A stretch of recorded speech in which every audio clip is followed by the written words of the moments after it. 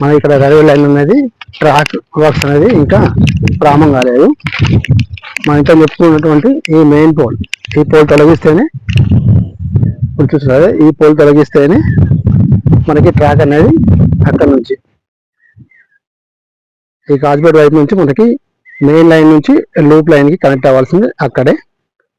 ఈ వర్క్స్ పూర్తి అయితేనే మన మొత్తం 2 కిలోమీటర్స్ ఉన్నటువంటి ఈ యూ షేప్లో వస్తున్నటువంటి కాజ్పేట టు కరీంనగర్ బైపాస్ అన్ని పనులు పూర్తయినట్టు కదా.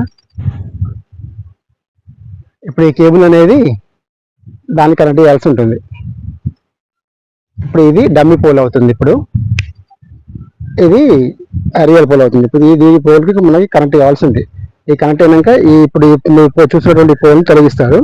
ఈ తొలగించినాకనే మనకి ఇక్కడ రైల్వే ట్రాక్ అనేది ఈ 2 కిలోమీటర్స్ ఏదైతే ఉందో బైపాస్ లైన్ ఈ వీటి బాక్స్ అనేది మొత్తం పూర్తవుతాయి.